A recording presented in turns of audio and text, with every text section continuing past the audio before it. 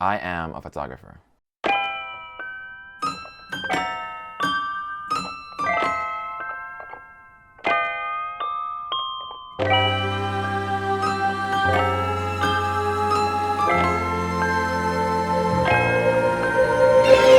I started photography 2 years ago when my media program teacher made a school trip for the media program to go to his alma mater, Penn State University, to check out journalism. He all wanted us to be in journalism, so, he was like, okay, let's go and check this out. And I met this guy, his name was Adrian Sanchez. I just moved to America and I just, started this new high school, American high school, which was a way different thing from Jamaican high school. On the bus, there's one guy that I kind of already knew, and then there's this new Adrian guy. And he seemed kind of, at first, standoffish because he's pretty quiet. But regardless, he was friends with the only sort of people I could call friends, and he had a camera. So I was like, oh, that's pretty cool. I've seen my brother with a camera before. When I used to live in Jamaica and I'd visit, I saw my older brother doing photography, and then it was kind of like cool, and it's like, oh, my older brother does it, but I never really got into it. We're on this trip and he gets a couple shots of me, right? And when he sent me those shots, like the trip was good, that doesn't matter, but the photos he sent back,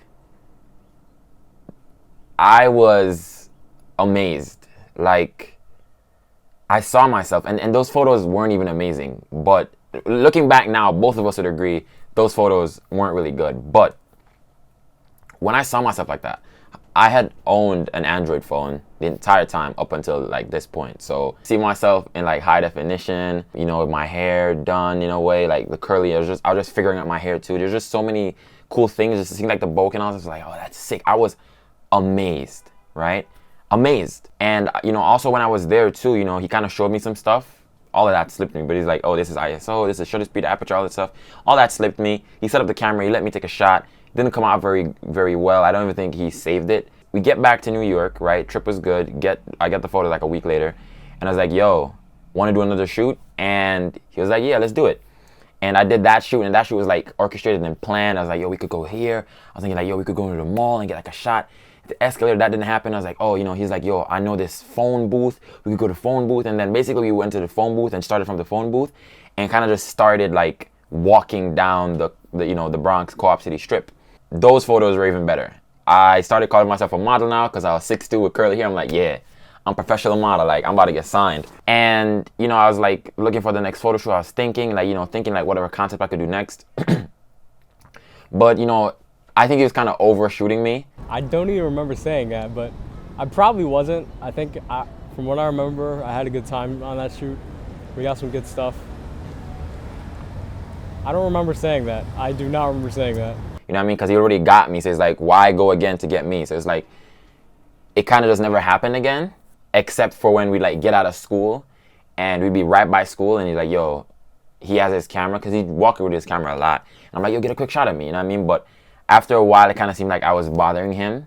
Not from his perspective, but I'm not sure from his perspective. But from my perspective, it was like, yeah, I was bothering him. And I was interested in like, how this could be as a business. I'm like, yo, do you get paid? I asked him a couple of questions. He's like, no, he doesn't really do too many paid gigs, all that stuff. So I was working at a restaurant at the time. I don't know exactly how I came to it, but after the second shoot and him kind of like also showing me like at the end of it, I took my first shot with his camera. It's on my Instagram page right now. It's on my business Instagram page. If you scroll all the way down, you'll see Adrian. I took that first shot, and I think that kind of led me to be like, yo, I kind of want to have that power of being behind the camera again, So I saved up a couple of paychecks where I was working, and I got my first camera.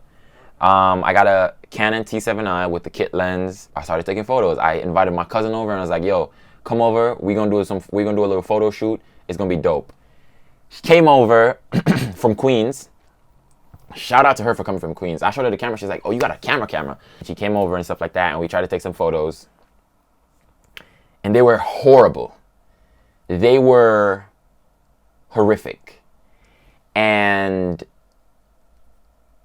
looking back at it now, it's funny, but I didn't tell anybody that I did that shoot. I didn't show anybody. And I then became to be good friends with Adrian. He was part of my friend group. He's in the media program that I was in high school. And I would see him, right? And he'd show his work. He'd show the teachers his work and stuff like that. And I'd always compare myself to him, right? And because he's the one who introduced me to it, I kind of just didn't call myself a photographer for a while because I was just comparing myself to him. I'm like, oh, my photos aren't as good as his. Whole bunch of stuff. So that happened for like, I'd say roughly a year maybe. For the first 6 months of me like picking up the camera, like getting my own camera, which is around May, I'd say. I, like that first summer and stuff like that, you know, we hung out and I just kind of felt like I was always like in his shadow. For a while, I was just like, yeah, I don't want to shoot with him anymore. I don't think I ever told him that, but I was like, yeah, I need to separate myself and figure out what my photography style is and all that stuff.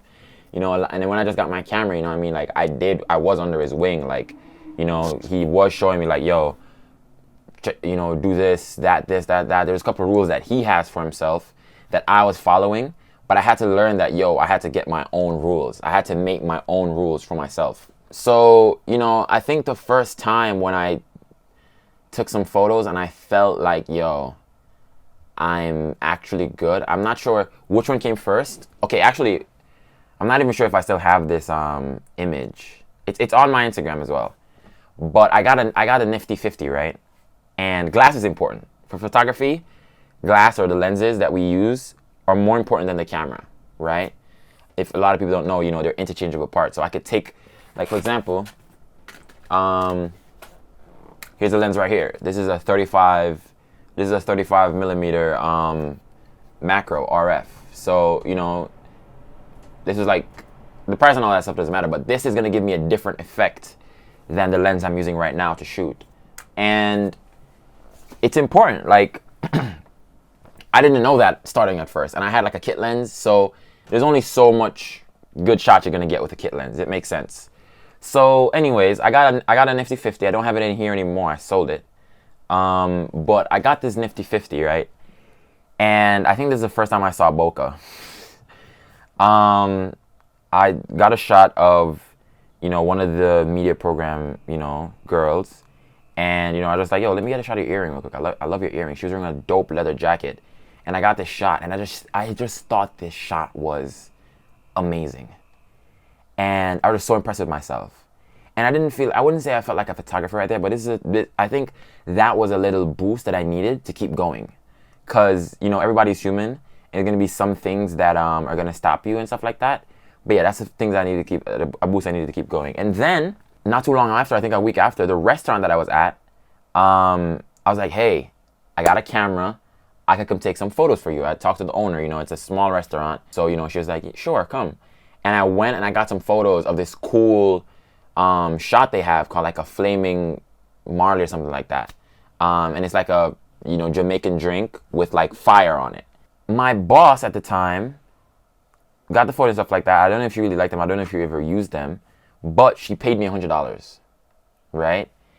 And that fueled the business side of things for me. I was like, oh, like I could get paid from this. I was like, yo, like $100, and I was getting paid. I'm not gonna disclose exactly how much I was getting paid at the time, but it was less than minimum wage.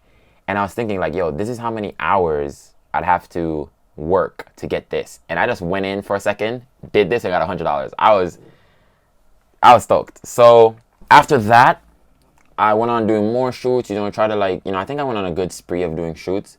And then one shoot that I did, and I think I got a compliment from Adrian, and at this point I really valued his opinion on things. It was a shoot I did with this amazing model named Lori. I met her on Instagram, I'm pretty sure. And, you know, we met up and we went to Strand's bookstore. I had those photos and those were great. And after the shoot with Lori, you know, I was like, yeah, I'm pretty good at this. I'm decent, right? And I think around then, I started calling myself a photographer. But I still kind of felt like I was behind Adrian, and I still didn't really say it with my chest, you know what I mean? Like, I was like, yeah, I'm a photographer. I wasn't like, I'm a photographer, you know what I'm saying?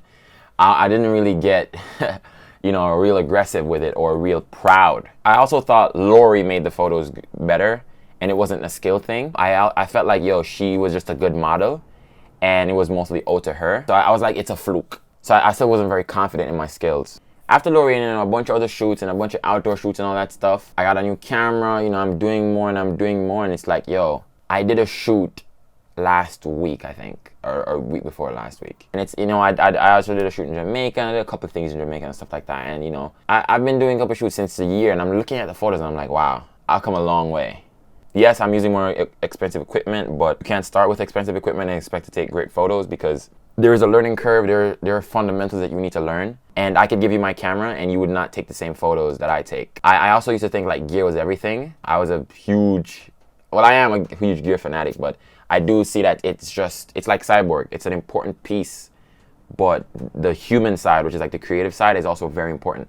I've given other people my camera to let you take a picture, and I do see that there's other things that I look at that other people don't look at. And my photos now make me proud to say I am a photographer, and I say that with more trust. I say that proudly and brazen and without any doubt, unapologetically, absolutely a photographer. And I'm doing it professionally now, 100%. I have my website, my work speaks for itself. I just think it's dope how far I've come. That's a big part of what this channel is going to be about. I have a lot of big goals, a lot of big dreams, and this is one example of, the fact that I'm just getting started. It's one example of stuff's going to get even crazier.